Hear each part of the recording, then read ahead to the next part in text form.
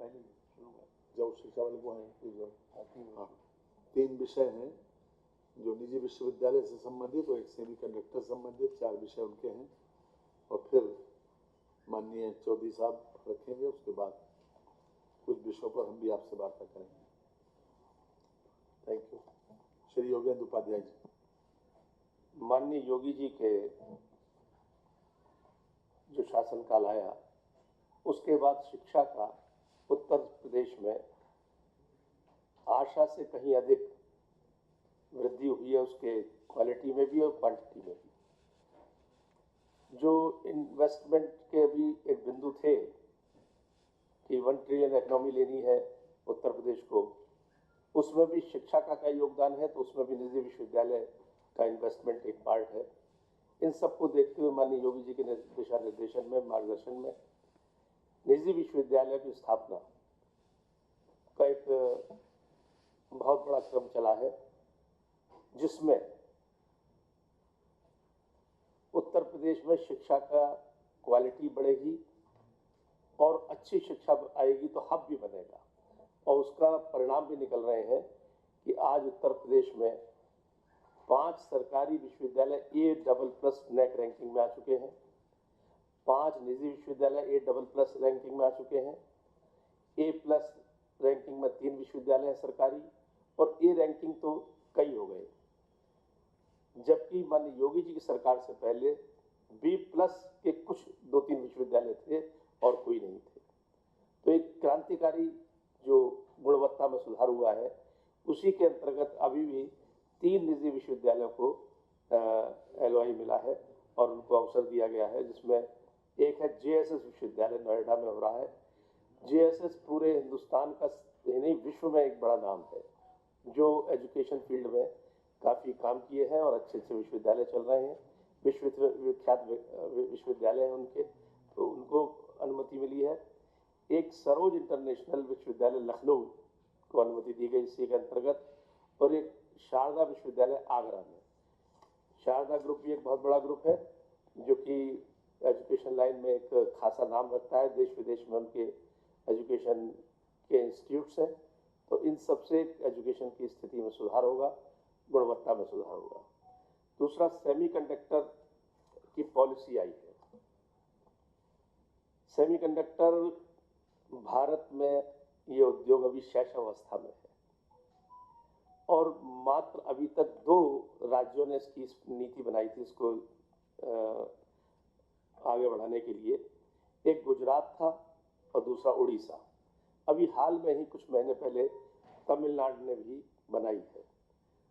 इस तरह उत्तर प्रदेश देश का चौथा राज्य बन गया जिसने अपनी एक सेमीकंडक्टर नीति 2024 मंत्रिमंडल की बैठक में प्रख्यापित की है। और इस नीति का बड़े बड़े उद्योगों में जो इससे जुड़े हुए हैं, उन्होंने जब अध्ययन किया है तो सर्वाधिक उत्तम नीति इसको बताया गया है, क्योंकि ये इसका लाने का कारण क्या है। निजी क्षेत्र में इन्वेस्टमेंट आएगा बहुत बड़ी मात्रा में, 1 ट्रिलियन इकोनॉमी को बढ़ाने में मदद करेगा। और जितने भी आज इलेक्ट्रॉनिक्स के उपयोग होते हैं, जैसे मोबाइल, कारों में वगैरह वगैरह में, सब में सेमीकंडक्टर एक महत्वपूर्ण भूमिका अदा करता है। उत्तर प्रदेश अभी इस मामले में अग्रणी नहीं था, अब लीडर बने, इस उद्देश्य से इस नीति को लाया गया है। तो प्रत्येक इंडस्ट्री में इसका उपयोग है, उसको प्रोत्साहन देना। इसमें जो नीति में इनको प्रिविलेज, इनको इंसेंटिव्स मिलेंगे, तो 2 तरह के इंसेंटिव्स होंगे। एक तो कैपिटल इंसेंटिव्स, जिसमें इनको यानी हिंदुस्तान की सरकार ने कोई 80,000 करोड़ रुपया इसके लिए तो बनाया है कि हम इस उद्योग लोग वाले लोगों को मदद करेंगे। तो उत्तर प्रदेश सरकार भी इसमें 75% अपना भागीदारी करेगी जो इसमें उद्योग आएंगे। और इसमें जो सेमीकंडक्टर पॉलिसी है वो वित्तीय प्रोत्साहन भी देगी। उत्तर प्रदेश में जो भी खोलेंगे 50% सब्सिडी उत्तर प्रदेश सरकार देगी। लैंड सब्सिडी के रूप में 200 एकड़ तक 75% उनको सब्सिडी मिलेगी और 200 एकड़ से ऊपर जो होगा वो अपने हिसाब से खरीद लेगा। और अभी तक 13 कंपनीज ने इसके लिए उत्तर प्रदेश में अपना इंटरेस्ट जाहिर किया है और अप्लाई किया है। इसमें पानी की उपलब्धता बहुत होती है, तो जो ये तो हुए वो इंसेंटिव्स जो कि वित्तीय हैं, जो गैर वित्तीय इंसेंटिव्स हैं, तो पानी की उपलब्धता के लिए भी अपनी सरकार ने ये प्रावधान किया है उसमें कि उनको जितनी आवश्यकता होगी उतनी पानी की उपलब्धता कराई जाएगी और बिजली की उपलब्धता भी होगी। बिजली के उसमें भी 10 साल तक उनके जो टैक्स हैं उसमें भी माफ़ी मिलेगी। और इसमें जो पेटेंट कराना चाहेगा तो उसमें राष्ट्रीय स्तर पर पेटेंट कराने वाले को 10 लाख रुपए और इंटरनेशनल स्तर पर पेटेंट कराने वाले को 20 लाख रुपए का अनुदान उत्तर प्रदेश सरकार देगी। इंडस्ट्रीज से इसका कोलैबोरेशन, जितनी भी इंडस्ट्रीज हैं वहाँ पर स्किल्ड लोग पहुँचे, इसके लिए इसके साथ इस सेमीकंडक्टर पॉलिसी के साथ उनका कोलैबोरेशन होगा। वहाँ के लोग यहाँ पर ट्रेनिंग लेंगे और इस जो लोग ये सेमीकंडक्टर के मैन्युफैक्चरिंग को शुरू करेंगे उनसे उनका टाई अप कराया जाएगा और उस टाई अप में स्किल्ड लेबर यानी skilled person Uttar Pradesh provide करेगा। इससे अपने प्रदेश पूरे हिंदुस्तान में इसमें कोई शक नहीं कि आर्टिफिशियल इंटेलिजेंस, इलेक्ट्रॉनिक, इस सब में अपने देश की प्रतिभाएं बहुत हैं, लेकिन वो और स्किल्ड हो, इससे जोड़कर उनको स्किल्ड प्रतिभाओं को न सिर्फ देश में स्थान मिलेगा बल्कि विदेश में भी हो जा सकेंगे। तो ये बहुत क्रांतिकारी सेमीकंडक्टर पॉलिसी योगी जी की सरकार ने आज प्रख्यापित की है और इससे एक 1 ट्रिलियन इकोनॉमी में बहुत मदद मिलेगी। दूसरा, जो हम आयात करते थे अभी तक सेमीकंडक्टर, हम अब पहले तो अपनी आवश्यकता पूर्ति के लिए कोशिश करेंगे और उसके बाद निर्यात की स्थिति आएगी तो निर्यात भी करेंगे।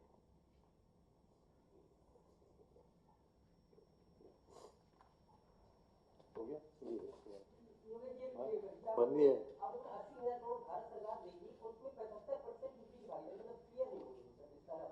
जिस उद्योग को जितना भी भारत सरकार देगी, मान लीजिए मैं लगा रहा हूँ और मैंने 100 करोड़ का वो किया, उसमें 80,000 में से जो उसका केंद्र सरकार का हिस्सा होगा वो देंगे, 75% हम देंगे।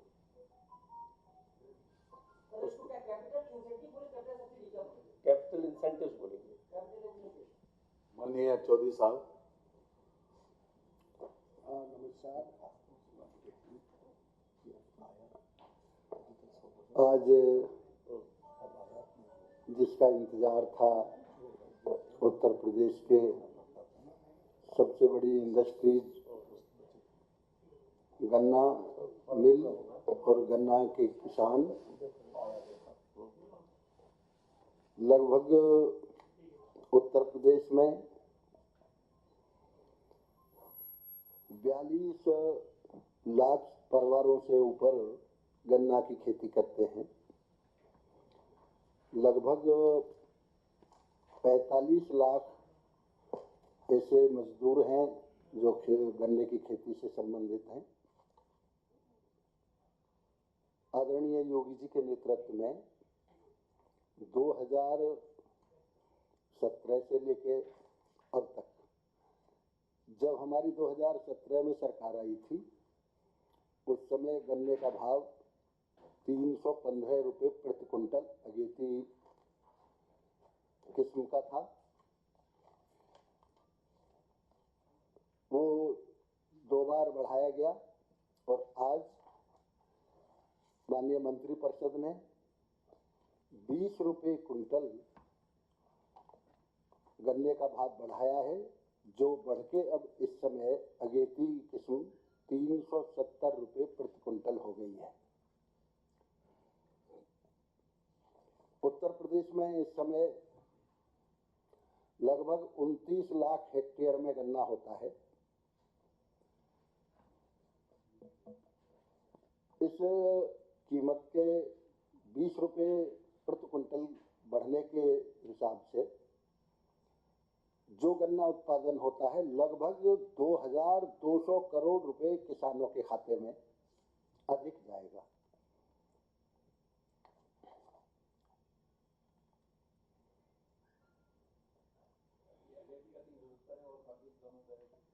जो दूसरी वैरायटी है उसका किया गया है 360 रुपये।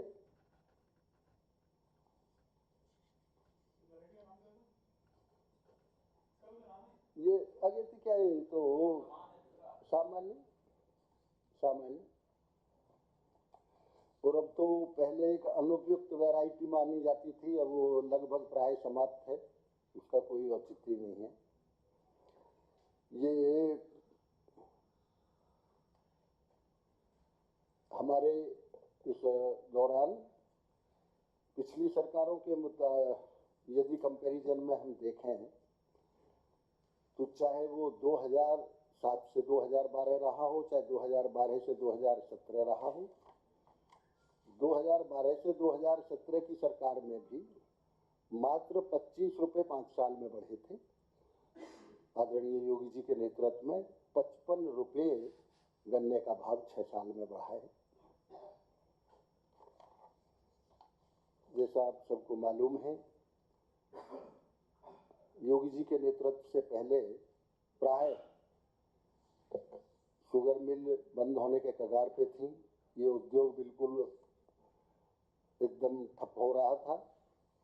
किसान का गन्ना भी क्षेत्रफल में घटता जा रहा था, पैदावार भी घटती जा रही थी। लगातार अब पिछले वर्षों से देश में प्रथम गन्ना उत्पादन में उत्तर प्रदेश है, चीनी उत्पादन में भी प्रथम है। इसमें गन्ने की ढुलाई का जो कुल गन्ना है हमारा, उसमें 60% गन्ना मिल गेट पे आता है, उस पर कोई ढुलाई का भार नहीं होता। 40% जो गन्ना होता है उस पर अब तक 8 रुपये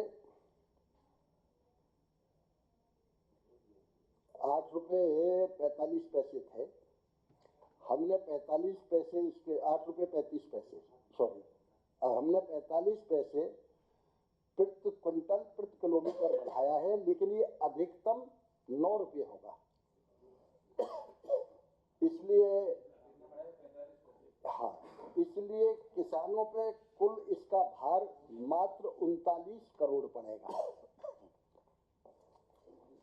किसानों के खाते में 2200 करोड़ रुपए जाएगा और जो किराए का भार बढ़ेगा वो मात्र 39 करोड़ रुपए बढ़ेगा।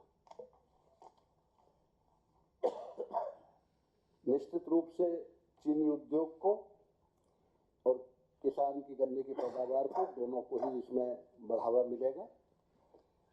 सबसे बड़ी प्रसन्नता की बात यह है, पिछली बार भी हम 98% गन्ने का भुगतान कर चुके थे और जो वर्तमान सत्र चल रहा है इसमें भी आपको जान के प्रसन्नता होगी। इस समय हम वर्तमान सत्र का 86% पेमेंट किसान को कर चुके हैं, किसान के खाते में जा चुका है।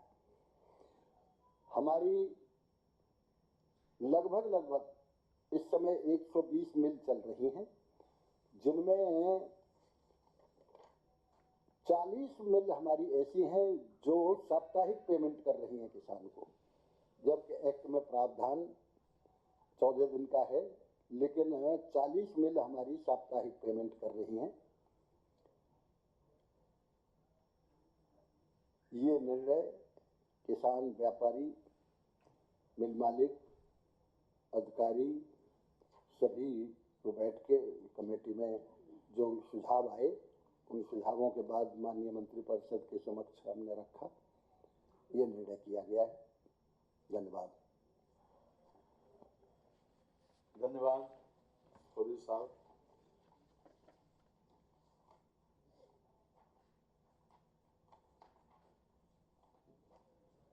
नगर पंचायत मुंडेरा बाजार जिला गोरखपुर का नाम परिवर्तित करते हुए नगर पंचायत चौरी चौरा जिला गोरखपुर किए जाने के संबंध में आज मंत्रिपरिषद के समक्ष एक प्रस्ताव आया था, जिस पर मंत्रिपरिषद का अनुमोदन मिल गया है। वर्ष 2022 में 100 वर्ष पूर्ण होने पर चौरी चौरा कांड के बारे में हम सब लोग जानते हैं कि हमारी जो फ्रीडम मूवमेंट में एक ऐतिहासिक घटना थी चौरी चौरा कांड के रूप में। तो इसी उद्देश्य से हम 2022 में 100 वर्ष पूर्ण होने पर 4 फरवरी 2021 को चौरी चौरा शताब्दी महोत्सव का शुभारंभ किया गया था, जो दिनांक 4 फरवरी 2022 को संपन्न हुआ। जिलाधिकारी गोरखपुर के पद दिनांक 26/1/22 द्वारा जनपद गोरखपुर की नगर पंचायत मुंडेरा बाजार का नाम परिवर्तित कर प्रसिद्ध ऐतिहासिक स्थल चौरी चौरा के नाम पर नगर पंचायत चौरी चौरा जनपद गोरखपुर किए जाने का प्रस्ताव शासन को उपलब्ध कराया गया। आज मंत्रिपरिषद के द्वारा इसका अनुमोदन कर दिया गया है। अब मुंडेरा बाजार का नाम, नगर पंचायत मुंडेरा बाजार का नाम अब चौरी चौरा, नगर पंचायत चौरी चौरा जिला गोरखपुर होगा। इसके साथ ही विकास प्राधिकरणों के अंतर्गत आने वाली कृषि भूमि के उपयोग औद्योगिक में परिवर्तन कराने में सूक्ष्म, लघु और मध्यम उद्योग की इकाइयां एवं प्लेस पार्कों, निजी MSME पार्कों को परिवर्तन शुल्क से मुक्त रखे जाने हेतु उत्तर प्रदेश सूक्ष्म, लघु एवं मध्यम उद्यम प्रोत्साहन नीति 2022 में परिवर्तन के संबंध में 2017 में एक हमारी नीति आई थी, जिसके अनुसार जो भी भूमि परिवर्तन होगा उसमें किसी प्रकार का कोई शुल्क नहीं पड़ेगा। लेकिन 2022 की जो पॉलिसी आई उसमें इस प्रकार का प्रोविजन नहीं था। बाद में 1 फरवरी 2023 से ये परिवर्तन शुल्क मुक्त रखने का एक शासनादेश जारी हुआ था। लेकिन आज मंत्रिपरिषद के सामने ये प्रस्ताव आया कि जो 2022 की हमारी नीति थी कि भूमि उपयोग किसी प्रकार का शुल्क नहीं लिया जाएगा, ये MSME उद्योग को बढ़ावा देने के लिए उद्देश्य से किया गया था और इसके काफ़ी सकारात्मक परिणाम आए। आज मंत्रिपरिषद के द्वारा जो अनुमोदन दिया गया वो इस विषय पर कि जो भी नीति हमारी 2017 में लागू हुई थी उसको फिर से एक बार 2022 की नीति में शामिल कर दिया गया। ये जो प्रोविज़न है 5/1/2017 इसको जोड़ दिया गया, जो प्रस्तर 5 में जोड़ा गया है। उत्तर प्रदेश सूक्ष्म, लघु एवं मध्यम प्रोत्साहन नीति 2022 के प्रस्तर 5 में एक नया उप प्रस्तर 5.1.17 जोड़ते हुए निम्नवत प्राविधान सम्मिलित किया जाएगा। 5.1.17 विकास प्राधिकरणों के अंतर्गत आने वाली कृषि भूमि के उपयोग औद्योगिक में परिवर्तन कराने में सूक्ष्म, लघु, मध्यम की इकाइयों एवं शासनादेश संख्या दी गई है। हमने आपको जो प्रेस नोट दिया उसमें दिया है कि 1 फरवरी 2023 से आच्छादित प्लेस पार्कों यानी निजी MSME पार्कों को परिवर्तन शुल्क से मुक्त रखा जाएगा। तीसरा प्रस्ताव है उत्तर प्रदेश सरकार द्वारा उत्तर प्रदेश नगर निगम अधिनियम 1959 की धारा 221(3) के तहत प्रदत्त शक्तियों का उपयोग करते हुए मेट्रो रेल RRTS एवं उनकी समस्त संपत्तियों को उत्तर प्रदेश नगर निगम अधिनियम 1959 द्वारा अधिरोपित करों से छूट दिए जाने पर मंत्रिपरिषद का आज अनुमोदन प्राप्त हो गया है। नगर निगम के द्वारा जो भी लोकल टैक्स इसके ऊपर आरोपित होते थे उसको अब नहीं लिया जाएगा, उसको समाप्त कर दिया गया है। इस प्रकार का प्रोविजन MOU में भी था, जो MOU उनसे हुआ था। आज मंत्रिपरिषद ने उस पर अपनी सहमति दे दी है। अब किसी प्रकार का उनसे लोकल बॉडी के द्वारा जो टैक्स लगता था नगर निगम के द्वारा वो अब टैक्स नहीं लिया जाएगा। बाकी तो हाँ जी, इसमें ट्राइपार्टाइट एग्रीमेंट हुआ था, उसमें पहले से इस बात का प्रोविजन था कि जी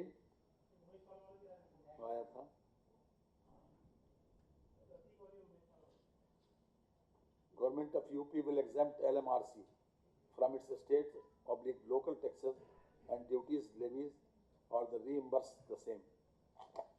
इस प्रकार का प्रोविजन किया गया था, आज उसी के अनुसार उसको लागू कर दिया गया है। बाकी क्या बताएंगे, उसमें रिपोर्ट आ गई है, अब वो पटल पे रखी जाएगी, आपको उसका प्रेस नोट दे दिया गया।